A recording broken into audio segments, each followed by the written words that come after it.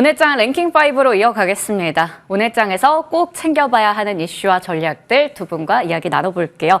ISL 이지환 대표, 위즈웨이브 이권희 대표와 함께합니다. 안녕하세요. 네. 안녕하세요. 안녕하세요. 네, 오늘 저희 가장 먼저 이야기 나눠보고 싶은 건 바로 반도체 쪽입니다. 와, 오랜만에 외국인들이 돌아와 줬고요. 그리고 반도체가 주도주 역할을 잘하고 있습니다.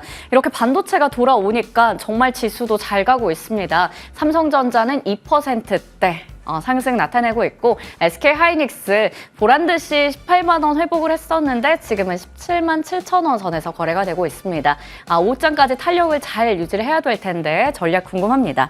사실 가장 하고 싶었던 말이 이거죠. 모건 스탠리 보고 있나? 메모리, 겨울 아니라 봄이다. 마이크론의 실적 발표로 좀 증명이 된 것 같은데요. 이야기 더 나눠보도록 하겠습니다. 자, 먼저 이건희 대표님께 질문 드리도록 할게요. SK하이닉스 장 초반에 18만 원을 터치했잖아요. 어떻게 보면 모건 스탠리 보고서에서 말했던 목표 주가 하향, 그걸 훌쩍 뛰어넘는 모습을 보여줬는데요. 네. 충격을 벗어났다라고 우리 해석해봐도 될까요? 모건 스탠리가 얘기했던 겨울 예전에 21년도인가로 기억하는데, 그때도 윈터 이즈 커밍 이렇게 해가지고 네. 얘기했다가 겨울이 한 1년 뒤에 왔는데, 물론 겨울은 올 겁니다. 언젠가는 올 텐데 지금은 아닌 것 같고요. 아직 겨울은 좀 멀었다라고 보는 게 맞는 것 같고, 최근 들어서 이제 그런 전조 증상이 보였죠. 노무라증권이라든지 그 외에 이제 골드만삭스 같은 경우도 모건 스탠리의 의견에 대해서 반박을 좀 했고요. 특히 좀 애매한 게 뭐였냐면, 특히 HBM 관련돼서 공급 과잉이다고 얘기했던 부분 자체가 이미 다 만들기도 전에도 다 팔려 있는 걸 가지고 공급 과잉이라고 얘기하는 것 자체가 좀 말이 안 되는 논리를 좀 내세웠다고 보고 있는데, 그 부분에 대해서 반박이 계속 나오고 있고요. 근데 이제 여전히 근데 우리나라는 삼성전자는 지금 오늘도 외국인들이 사는 것처럼 보이다가 지금 매도로 전환이 된 걸로 지금 나오고 있는데, 여전히 삼성전자가 내부적으로 해결해야 될 문제들은 여전히 좀 남아 있는 것 같고요. 그러다 보니까 SK하이닉스로의 집중 현상이 더 지금 나올 수밖에 없는 상황이다라고 보시면 될 것 같습니다. 특히 이제 마이크론 실적 자체도 내년 가이던스를 굉장히 이제 좋게 봤기 때문에, 거기는 이제 4분기 실적 발표를 했기 때문에 회계 분기가 끝났으니까 이제 그 차후년도 차기 회계 분기부터는 좋아질 거다라는 거를 강력하게 얘기하면서 주가 좀 더 많이 올라가는 그런 모습 보였는데, 그 마이크론조차도 사실 모건 스탠리에서는 목표가를 60불대로 낮췄었는데, 그럼에도 불구하고 오히려 지금 급등 양상이 나왔죠. 그래서 일단은 지금 모건 스탠리의 전망은 일시적으로는 틀린 걸로 보시는 게 맞고요. 그러면 이제 바닥은 이제 더 이상 하락을 하거나 모건 스탠리의 영향에서는 벗어났다고 보시는 게 맞는데, 문제는 이제 내부적으로 삼성전자가 어떻게 돌파를 해나갈 것이냐, 그 다음에 하이닉스가 얼마나 빠른 회복을 해줄 것이냐, 이제 이것도 결국에 하이닉스의 실적이라든지 삼성전자의 실적을 좀 확인하고 가지 않겠나 생각하고 있습니다. 네, 삼성전자의 잠정 실적에 대한 부분 10월 첫째 주에 또 있습니다. 그것까지 확인을 해봐야겠는데, 일단은 모건 스탠리발 충격은 좀 벗어난 것으로 보이지만 아직까지는 또 완벽하게 돌파해서 회복을 할 수 있는지 좀 체크해볼 부분은 있어 보이네요. 자, 그러면 SK하이닉스의 이제 멋있는 모습을 오늘 잘 보고 있는데, 삼성전자는 이제 좀 아쉽습니다. 2.5%, 63,800원. 점점 오름폭이 좀 줄어들고 있어요. 자, 이지환 대표님, 아무래도 하락 대비해서 유난히 아쉽거든요. 본격적으로 추세 전환되려면 10월 첫째 주 딱 지나봐야 되는 거예요? 일단 이제 지난번 말씀드린 대로 삼성전자 실적 발표까지는 좀 지켜볼 필요가 있고요. 오늘 이제 삼성전자 수급이 장 초반에 100만 주 이상 매수가 들어왔다가 5장에 들어와서 다시 이제 매도로 전환되는 모습을 보면, 어쨌든 삼성전자에 대해서 꾸준하게 매도를 하는 쪽은 계속 매도를 하고 있습니다. 오늘 이제 마이크론 테크놀로지의 실적 발표를 보면 삼성전자 실적 발표를 앞두고 우리가 좀 유추해 볼 수 있는 부분이 있는데, 우리가 HBM 반도체 같은 경우는 이미 2025년 말까지 수주가 이제 끝나 있는 상태라는 건 알고 있는데, 이번에 모건 스탠리 레포트에서 나왔던 D램의 사이클과 관련된 부분, D램의 가격 하락, 이 부분은 이제 빌미가 됐다라고 표현했던 모바일이나 PC에서의 수요 감소, 그러니까 이 부분은 이제 가장 크게 우려를 해서 HBM과 어떻게 보면 좀 무관하게 D램 사이클이 좋지 않다라는 판단을 했는데, 오늘 마이크론 테크놀로지 실적 발표 세부 내용을 보면 가장 인상적이었던 부분이 데이터 센터 매출에서의 D램의 선방입니다. 그러니까 전반적으로 HBM 반도체 전체적인 시야에서 마이크론 테크놀로지는 지금 현재 HBM 수요가 5% 내로 지금 확 줄었거든요. 그러니까 95%가 SK 하이닉스, 삼성전자인데 이 5%의 HBM마저 위태롭다라는 부분에서 이렇게 실적이 선방했다라는 부분은 생각보다 데이터 센터에서의 D램 매출이 상당히 좋았다라는 부분. 그러니까 이 부분을 보면 삼성전자 실적에서도 우리가 어느 정도 생각했던 차익을 국면보다는 좀 나을 수 있다는 부분을 유추를 좀 할 수 있습니다. 그러니까 이 부분이 가장 인상적이었던 부분이고, 또 한 가지는, 지금 현재 이제 그 매도와 관련 리포트가 9월 초부터는 BNP 파리바가 마이크론 테크놀로지 실적을 50% 이상 급격히 낮추는부터 출발을 해서 모건 스탠리 9월 15일 레포트까지 이어지면서 계속해서 메모리 반도체에 대한 안 좋은 레포트들이 쏟아졌는데 이번 주 들어와서 이제 급격히 좋아지는 레포트들이 또 다시 반대로 역으로 나오고 있다는 게 이제 지난번 상황과 좀 다른 거죠. 그러니까 거기 이제 대표적인 부분이 어제 나왔던 JP 모건의 마이크론 테크놀로지 실적과 관련된 부분에서의 레포트가 상당히 인상적이었는데 어쨌든 지금은 모건 스탠리의 겨울이 맞느냐 아니면 JP 모건의 반도체 호황이 계속 이어질 거라는 부분이 맞느냐 부분은 아마 삼성전자 실적 발표를 계기로 가장 크게 극명하게 나올 것 같습니다. 그러니까 그 전까지는 보유를 하고 계신 분들은 계속해서 보유 전략을 가셔야 되겠죠. 장기적인 부분은 보유 전략을 가실 때 신규로 만약에 진입을 하고 싶으신 분들이라면 한 번에 진입하지 마시고 지금 오늘 이 순간부터 진입을 좀 하셨다라고 하면 삼성전자 실적 발표 이후까지 분할로 진입을 하겠다라는 계획을 세워서 진입을 하시는 전략이 일단은 좀 유효할 것 같습니다. 네. 가장 중요한 마이크론의 실적을 딱 우리 확인했기 때문에 이제 우리의 눈은 또 삼성전자의 실적으로 향합니다. 그때까지 보유자분들은 보유, 그리고 신규로 진입한다면 천천히 비중 좀 나눠서 들어가 보자 얘기를 주셨네요. 자, 오늘 반도체 섹터들이 이 상위 단의 위치에 있습니다. 상승률 상위에 다 포진이 되어 있는데 뭐 CXL이나 HBM, 온디바이스 AI 같은 쪽들, 유리기판 뭐 등등 다 올라오고 있습니다. 이런 가운데 그렇다면 IT 투톱 아직 좀 지켜봐야 되니까 차라리 좀 더 탄력이 강하잖아요. 이건희 대표님, 이런 소부장 쪽 위주로 한번 전략을 챙겨보는 건 어떻게 보세요?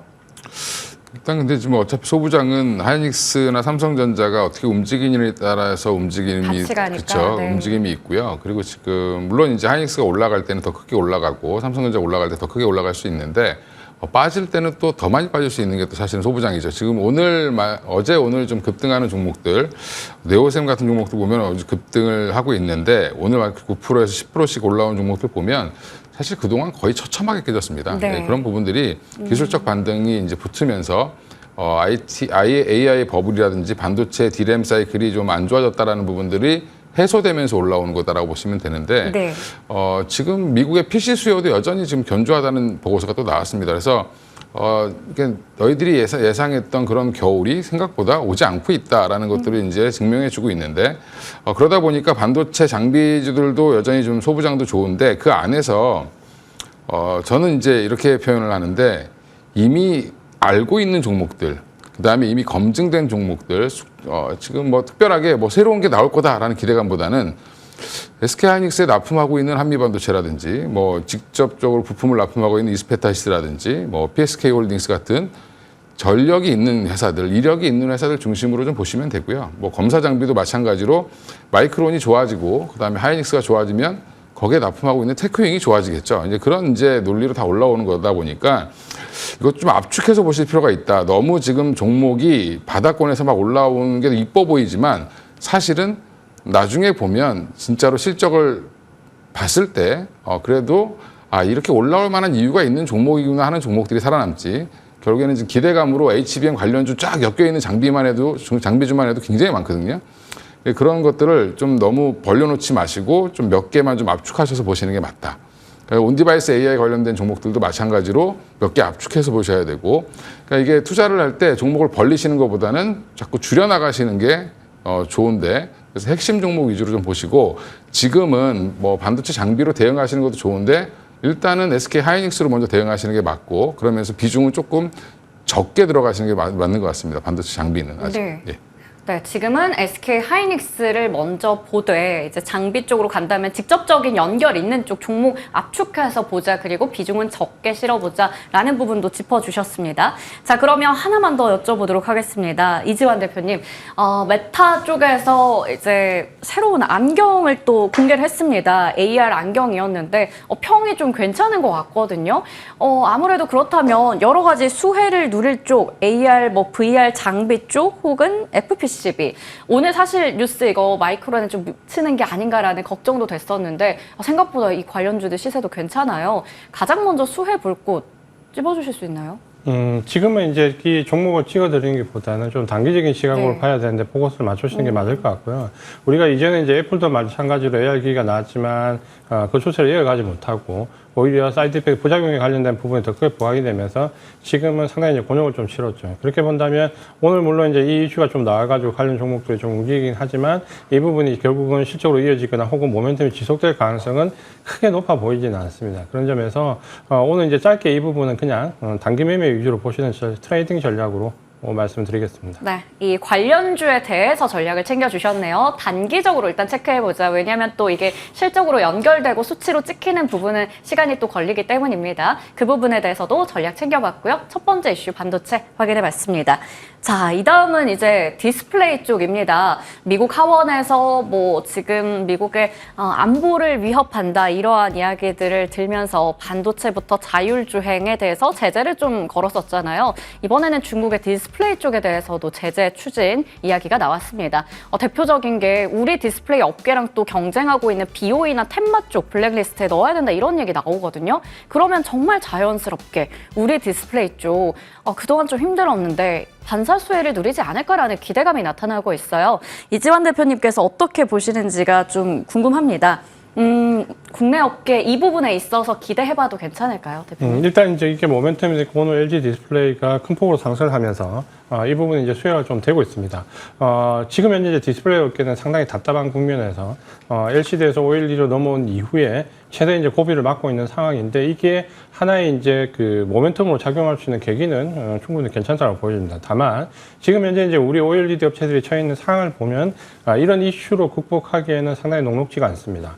우리가 OLED 점유율을 보면 소형 가전에서의 OLED가 삼성 디스플레이가 불과 한 3, 4년 전까지만 해도 점유율이 95%였는데 지금은 중국 업체가 5대5 거의 절반 정도 쉐어로 낮아졌고 대형 가전에서의 그 LG 디스플레이도 지금은 점유율이 상당히 떨어졌습니다. 그러니까 특히 이제 BYD를 비롯해서 OLED 쪽에서 올해부터 중국이 그 OLED 굵기를 선언하면서 지지난달부터죠. 한 2달 전부터 공개적으로 OLED에서 치킨 게임을 벌일 수 있다라는 얘기가 상당히 나오고 있습니다. 그러니까 이 말은 뭐냐면 이제는 기술력을 어느 정도 확보했고 이걸 이제 양산 수요를 맞췄다라는 점이고 양산 수요를 맞췄기 때문에 본격적으로 LCD처럼 치킨 게임을 벌여서 가격 경쟁하겠다라는 부분인데 이게 공공연하게 이제 나올 정도면 이미 이제 이 경쟁률은 굉장히 치열해졌고 우리 업체들이 여기에 경쟁하기 위해서 이제 상당히 답답한 부분에 지금 이제 직면해 있는 거죠. 그러니까 이런 부분들을 본다면 좀 이제 아쉬운 부분이 그 LG 디스플레이를 제외하고 삼성전자 같은 경우는 지금 현재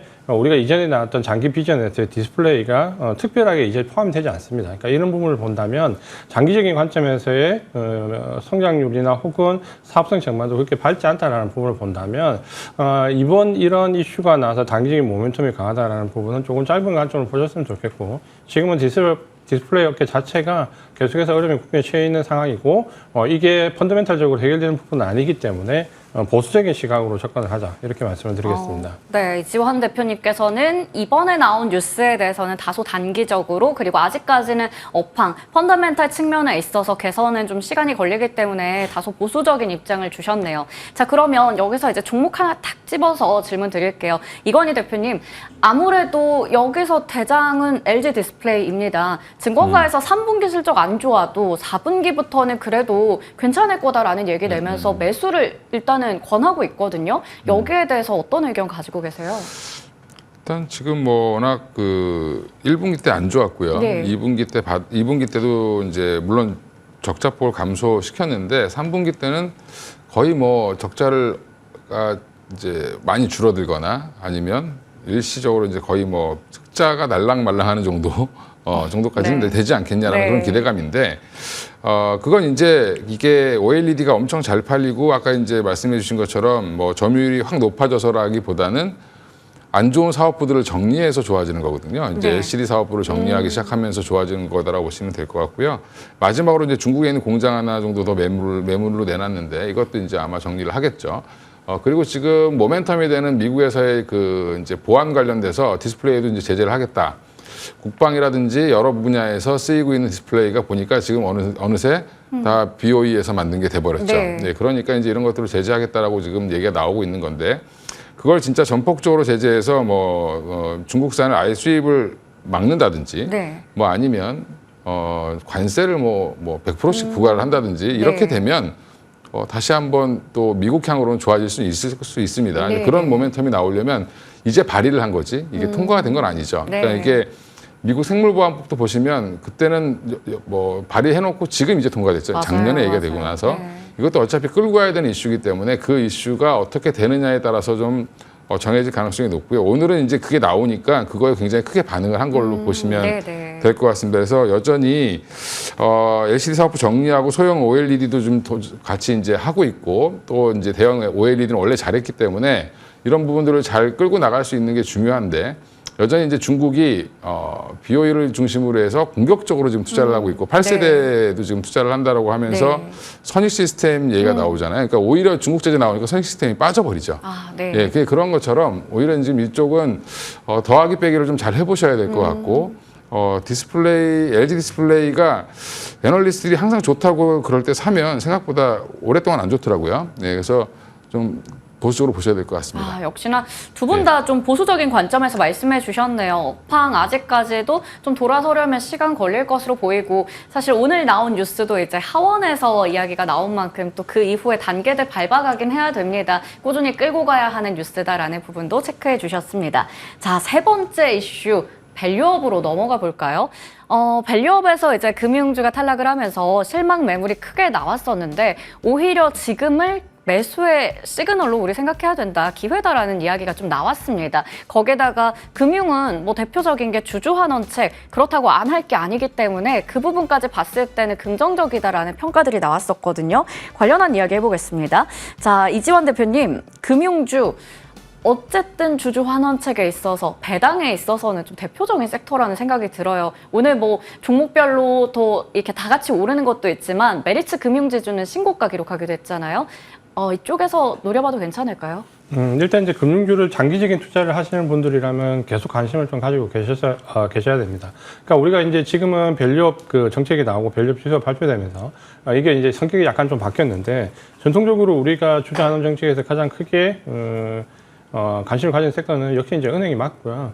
그동안 이제 우리나라 지수가 보면 가장 저평가되었던 PR이 가장 낮고, 은행 자체가 보수적이라고 하더라도, 과도하게 PR이 낮고 저평가되었다는 부분이 강했는데, 그게 이제 작년까지만 해도 우리가 알고 있는, 뭐, 예를 든다면, 배당률을 높이거나, 중간 배당을 실시하거나, 혹은 자사주를 매입하거나, 이게 상당히 제약적이었습니다. 그게 이제 풀린 게 팬데믹 직후부터 이제 팬데믹 중간 사이에서부터 이제 풀리기 시작했기 때문에, 이제 그런 부분들이 많이 완화가 되었죠. 그래서 적극적으로 주주하는 정책이 나올 거라고 기대를 했고, 외국인들도 거기에서 상당한 하답을 하면서 수급적으로 많이 매수가 좀 됐었죠. 근데 이게 다시 팬데믹의 말미를 거치면서 과도하게 예대차 마진이라든지 이런 부분에 대한 논란이 좀 들면서 또다시 이제 위축되는. 어떻게 보면 은행주, 금융주 자체가 밸류업과 관련된 부분에서 정책을 마음대로 펼치지 못하고 정책적인 부분 때문에 계속해서 방향성 없이 왔다 갔다 하는 모습을 많이 보여줬죠. 그러니까 여기에 외국인들이 좀 실망했던 매물들이 좀 상당히 있었고 또 한 가지는 이제 이번에 이 밸류업 지수에서 빠지면서 KB금융이나 일부가 빠지면서 이런 부분들은 이제 상당히 논란이 되었죠. 이게 이제 밸류업 지수와 관련된 부분인가 아니면 업종 대표 지수인가 라는 부분에 헷갈릴 정도로 이제 지금은 많이 희석이 되는데 저는 이제 그럼에도 불구하고 은행주는 장기적인 투자 관점에서라면 반드시 좀 관심을 가지시는 게 맞다라고 좀 보여지고 어떤 이슈 때문에 펀더멘털에 무관하게 이제 그 주가가 하락하는 경우는 장기적인 투자 관점이라면 그때 이제 매수 기회가 되겠죠. 하지만 이제 단기적으로 모멘텀으로 주가 차를 기대하시는 분들이 이런 구간에서 접근해서 은행주에서 크게 수익을 낸다고 보기는 좀 어렵습니다. 그래서 단기 투자자와 장기 투자자의 전략이 좀 어떻게 보면 전 상반된 전략이 맞다라고 좀 보여지고 밸류업과 관련된 부분에서 아마 은행주는 흔들리는 모습이 중간중간 나오겠지만 저는 뭐 장기적인 투자 관점에서의 배당이라든지 특히 중간 배당과 자사주 매입과 관련된 부분에는 계속해서 많은 호재가 나올 수 있다는 관점에서 장기 투자 관점에서는 여전히 투자가 유효하고 관심을 가지자 이렇게 말씀을 드리겠습니다. 네. 장단기 투자에 따라서 전략을 다르게 가져가야 된다라는 부분 짚어주셨고요. 장기적인 관점에서는 여전히 관심권에 있다라는 부분 언급해 주셨습니다. 자, 이건희 대표님께 그러면 엔터 쪽 이야기 들어볼게요. 이쪽은 이제 포함이 됐죠. 그러면서 뭐 SM이나 JYP 같은 쪽이 포함되다 보니 아무래도 밸류업의 효과도 받아갈 수 있을 것이고 전체적인 엔터 산업도 이제 개선될 거다라는 이야기 좀 나오고 있습니다. 하이브에 대해서는 오히려 좀 시나리오가 심플해졌다 이런 평가도 있었거든요. 오늘 SM과 하이브 강한 모습, 나머지 4사 다 같이 올라갑니다. 어느 쪽에 무게를 둔 반등일까요? 이게 아무래도 워낙에 힘들었잖아요. 많이 빠져서. 그래서 기대를 계속 해도 되는 섹터인지도 궁금하거든요. 일단 지금 23년도 상반기죠. 네. 22년부터 올라오던 네. 추세를 마지막에 굉장히 가파르게 올렸었거든요. 이제 그거에 대한 제자리 돌림 정도로 보시면 되고요. 지금 밸류상으로 보나 PER이라든지 이런 걸로 보면 지금 SM이라든지 JYP 같은 경우는 한 17배 수준까지 떨어졌습니다. 그러니까 그 20배 밑으로 내려갔다는 거는 여전히 생각보다 다시 한번 올라올 가능성이 높다라는 거로 보시면 되고, 특히 JYP나 SM이나 하이브나 3분기 실적이 2분기보다는 좀 돌아서는 분위기거든요. 그러니까 그러면 이게 연말 시즌까지 이어진다라고 하면 4분기도 여전히 좀 좋게 좋아진다라고 생각을 하면 지금 자체는 뭐 바닥을 잘 잡는 과정이다라고 생각하시면 될 것 같고요. 저는 이게 밸류업 지수에 포함됐다라는 이유로 올라오기보다는 그냥 좀 어느 정도 바닥권을 잡는 게 아닌가 이렇게 생각을 하고 있습니다. 그래서 하반기에 지금 여러 가지 공연들이라든지 이런 것들이 많아질 수밖에 없는 구간이고, 지금 최근에 이제 하이브 같은 경우도 이제 뉴진스 관련된 그런 여러 가지 불미스러운 일들이 네. 좀 정리가 좀 돼가고 있는 네. 과정이고, 그다음에 JYP라든지 뭐 지금 SM 같은 경우는 생각보다 뭐 조용하죠. 조용한데 꾸준히 이제 실적은 2분기를 바닥으로 해서 한 번 돌릴 가능성이 높다라고 지금 다 가이던스가 나오고 있기 때문에 거기에 이제 밸류업 지수까지 포함됐다라는 부분은 뭐 긍정적으로 보시면 될 것 같습니다. 수급에서는. 그래서 지금 자리에서 그러면 급하게 이걸 사야 되냐 뭐 이렇게 보시기보다는 조금 엔터주를 좀 잘 아시는 분들, 이게 저는 사실 가수를 잘 몰라서 엔터주 잘 안 하는데 네. 그 엔터주를 잘 아시는 분들 같은 경우 팬덤을 좀 갖고 있으신 분들은 지금 자리 정도면 충분히 저는 한번 매수해봐도 괜찮은 자리다. 네. 그러니까 본인이 좋아하는 뭐 그룹이 있는 회사를 사셔서 보셔도 좋을 것 같고요. 주가상으로는 매력적인 구간까지는 빠진 것 같습니다. 어느 정도 조정은 다 받은 것 같기 때문에. 하지만 이제 이게 급반등이 나오기에는 조금 시간은 걸릴 거다. 이게 숫자를 한번 빠진 종목들은 뭔가를 확인하려고 하거든요. 네. 그럴 때 확인을 뭘로 할 거냐면 결국에는 실적을 확인하겠죠. 네. 3분기 실적을 아마 확인하고 나서 보셔도 늦지는 않을 것 같습니다. 네, 우선은 지금 기술적으로도 그렇고 어느 정도 이제 바닥은 잡아간 것으로 확인이 됩니다. 그래서 투자도 가능한 구간이 되겠지만 이제 아무래도 너무 많이 빠졌다 보니까 급격하게 되돌리려면 3분기 실적을 좀 보고 가야 된다라는 부분도 말씀해 주셨네요. 이렇게 엔터 쪽에 대해서 전반적으로 밸류업까지 이야기 나눠봤습니다. 저희 지수 좀 체크해보고 가도록 할게요. 오후장 들어서 좀 탄력을 더 잘 유지해 줘야 된다라는 말씀 드렸었는데 와, 다행히 더 잘 가고 있습니다. 지금 코스피 지수 2653선까지 터치하는 모습 확인됐죠. 그리고 코스닥 같은 경우 776선을 찍기도 했는데요. 2% 넘게 지금 올라가면서 9월 중에 코스닥은 최고치를 기록하고 있습니다. 이 기세를 좀 더 이어가든지 아니면 더 키워가든지 해줘야 될 텐데요.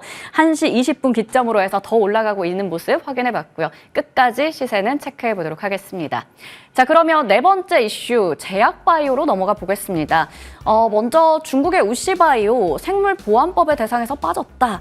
이러한 이야기 아침부터 이제 뉴스 나왔어요. 오보 관련한 부분들이 지금 나오고 있는데 이런 부분이 언급이 되면서 일단 CDMO 관련주 봐야 될 것 같거든요. 이재환 대표님, 관련주 일부가 올라갑니다.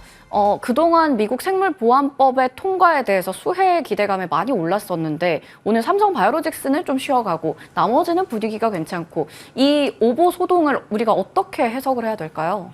어제 이제 실제로 만약에 이제 그 보도 내용이 맞았다라고 하면 물론 이제 관련되어 있는 코스닥이나 좀 중소형 종목들은 등락폭이 좀 컸지만 삼성바이오로직스도 한 3% 좀 하락을 했거든요. 근데 실제로 만약에 이 부분이 그 모멘텀을 반영이 된다면 이거보다는 하락폭이 좀 더 단계적으로 크게 크게 나올 수 있습니다. 왜냐하면 그동안 제약바이오 비용이 워낙 큰 폭으로 뛰었거든요. 그러니까 그걸 감안해서 하락폭이 좀 크지 않았다라는 것과 어제 삼성바이오로직스가 이 뉴스가 오보가 나오면서 보도가 됐을 때도 외국인들은 순매수 기조로 마감을 했거든요. 그러니까 이게 개의치 않고 그냥 매수를 이어가는 모습이었는데 결국 이제 우리가 오늘 그 나왔던 부분에 그 하나증권에서 반박 리포트가 나왔고 이제 여기 잘 보면 관련돼 있는 법안이 그 OCM택이라고 포함되어 있는데 OC바이오가 빠졌다라는 이 부분이 중국 측에서 이제 오보가 나왔죠. 나왔는데 사실 그 관련된 내용을 보면 역시 마찬가지지만 OCM택이 포함되면 거기에 나와 있는 전문을 보면 포함된 기업의 계열사 관련사까지 다 포함되어 있습니다. 그러니까 계열사뿐만 아니라 관련되어 있는 기업까지 다 포함되어 있다라고 포함을 했기 때문에 아마 포함됐다라고 보는 게 맞을 것 같고 또 한 가지는 이 생물보안법을 만드는데 우시바이오가 상당히 큰 역할을 했습니다. 네. 그러니까 우시바이오가 원래 초기에 미국 자본을 받아서 중국에서 성장을 해서 역으로 이게 미국 쪽으로 진출을 하면서 이번에 공장의 캐파를 늘리는데 예상했던 캐파의 거의 2.5배까지 캐파를 더 크게 증설을 했거든요. 그러니까 이 부분 때문에 미국에서 위기를 느끼고 관련된 그 바이오 보안법에 대해서 좀 더 진행을 서둘렀던 부분이 있기 때문에 우시바이오를 빼고 이 법을 진행을 한다라는 것은 아마 상식적으로 좀 맞지는 않을 것 같습니다. 그래서 아마 이 부분은 약간 이제 해프닝으로 좀 끝날 것 같고, 다만 이제 제약바이오가 어쨌든 지금 최근에 가장 가격적으로 많이 올랐기 때문에 사실 조정은 한번 받을 수 있는 위치거든요. 그러면 이런 이제 건전한 조정을 좀 받는다라고 하면 지금 어쨌든 제약바이오는 금리 인하 소외라는 비커드 이후에 금리 인하 소외라는 부분이 가장 큰 부분이고 여기에 최근에 이제 신약과 관련된 모멘텀 그리고 미국의 바이오 보안법 이 세 개가 맞물리면서 어떻게 보면 이 세 가지 모멘텀이 지금 현재 교집합이거든요. 그러니까 이거는 단기간에 꺾이기보다는 외국인의 수급을 본다면 좀 중장기적인 관점에서 주도 섹터로 인식을 하는 것 같고 그렇게 본다면 장기적인 투자자라면 크게 신경 쓰실 필요 없고 단기적인 투자자라면 지금 이제 가격이 올라갈 때 쫓아가시기보다는 이런 걸로 조정을 좀 받으면 차분히 기다렸다. 뭐 삼성바이오로직스 같은 경우는 지금 누가 뭐 그림을 그려가듯이 21선에만 다이면 올라가거든요. 그러니까 차라리 21선 조정을 좀 기다렸다가 21선에서 초과 매수한 전략 뭐 이렇게 보신다면 지금 제약바이오는 그렇게 크게 우려할 부분은 아니다. 이렇게 말씀을 드리겠습니다. 네. 이번에 오보 소동은 해프닝이 될 가능성이 있다라는 부분 언급해 주셨고요. 그리고 제약바이오에 대해서는 저희 랭킹5 시간에 꾸준히 다뤄보고 있는데 모두 다 얘기해 주시는 게 워낙에 긍정적이고 많이 올랐던 부분이 있기 때문에 지금은 다소 건전한 조정이다라는 부분도 함께 언급해 주고 계십니다. 자, 그러면 이 중에서 비만 치료 쪽 하나만 더 여쭤볼게요. 이건희 대표님께 질문 드리겠습니다. 네. 와, 대화제약은 상한가 기록하고 있고 펩트론 그리고 D&D 파마텍, 라파스 등등의 종목들 시세가 강하게 나고 있습니다. 국내 상륙 이제 위고비 정말 임박했거든요. 10월이니까. 관련해서 추가 상승 여력 궁금합니다. 이게 또 막상 나오면 재료 소멸이 될 수도 있는 부분이라 판단이 중요할 것 같거든요. 이제 뭐 출시된다는 것 자체가 어떻게 보면 모멘텀 정도로 보시면 되고 네. 어차피 그 유통해서 파는 회사 정도만 돈을 벌겠죠. 나머지는 이제 자극을 받아서 이제 사실은 관심주들이 우리나라 사람들이 써보면 네. 더 이제 확산이 되는 건데 그거에 대한 기대감이라고 보시면 되고 대부분 다 개발 중이거나 뭐 아니면 제형을 변경하는 뭐 제형이 아니라 이제 뭐 성능을 좀 개선시키는 물질을 갖고 있는 뭐 그런 플랫폼을 갖고 있는 인벤티지 랩이라든지 펩트론이 그런 경우고요. 나머지는 대부분 이제 한미약품처럼 임상을 들어가는 회사도 있고 이제 막 한다는 회사도 있고요.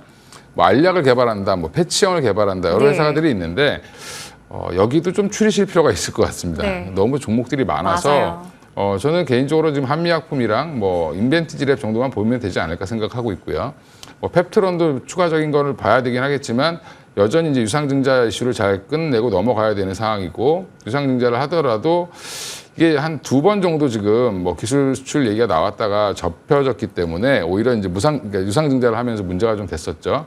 그런 부분들 보면 조금 더 가벼운 거는 인벤티지 랩이 좀 좋을 것 같고 이것도 유한양인과 진행을 하기 때문에 유한양이 지금 스타가 돼가지고 유한양인과 엮여 있으면 괜시리 긍정적으로 보이는 그런 모습도 효과도 있습니다. 그래서 저는 개발 쪽에서는 한미약품 그 다음에 인벤티지 랩 정도 이제 그 성능 개선에는 인벤티지 랩 정도로 보시면 뭐 되지 않겠나 생각하고 있고요. 이건 지금 뭐 위고비가 이거 상륙한다 이거 자체는 사실은 우리 업계에서는 경쟁력이 들어오는 거죠, 사실. 그래서 일단은 사용감 네. 써보면 네. 그 수요가 더 늘어날 거에 대한 기대감 이런 네. 것들이 붙어 있는 거다라고 보시면 될 것 같고요. 가장 빨리 약을 개발할 거는 한미약품입니다. 네. 그래서 옥석 가리기 중요해 보인다라는 부분과 함께 한미약품 인벤티지 랩 종목도 함께 추려주셨습니다. 자, 그러면 마지막 이슈로 넘어가 볼게요. 비만 약도 이제 써보고 사실 그 후기가 중요할 것 같거든요. 근데 자율주행도 비슷할 것 같아요. 이게 10월에 또 로보택시 관련해서 이야기도 있고요. 국내 처음으로 오늘 밤부터 이제 강남에서는 심야 자율주행 택시 운행이 된다고 합니다. 무료로 이제 이용할 수 있다고 해요. 당분간은. 아무래도 많은 분들이 또 관심을 가지시고 오늘 밤부터니까 뭐 후기들이 올라오지 않을까 뭐 이런 기대감도 있는데 뉴스가 최근에 계속 나오니까 자율주행이 뭔가 시세가 붙고 있거든요. 자, 이지원 대표님.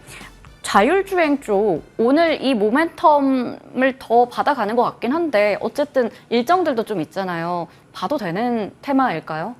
항상 이제 이런 테마는 반복적으로 나오고 나올 때마다 시세가 형성이 되고 네. 하지만 이제 시세 연속성이 아주 길게 가지 않는 그러니까 반복적이긴 한데 시세 연속이 길지 않은 테마라고 좀 보시는 게 좋겠죠. 그러니까 아직은 사실 지금 이제 심야 택시가 나오면서 화제성이 좀 올라왔는데 이런 부분들이 어떤 양산화되어서 실제로 매출과 이어지는 뭐 이런 부분이 아니라 아직까지는 모든 서비스가 시범 서비스입니다. 그러니까 지금은 시범 서비스 단계에서 우리가 이 부분을 뭐 호재성 혹은 모멘텀 이상으로 지금은 실적과 펀더멘탈과 연관지어서 좀 보기는 어렵고요.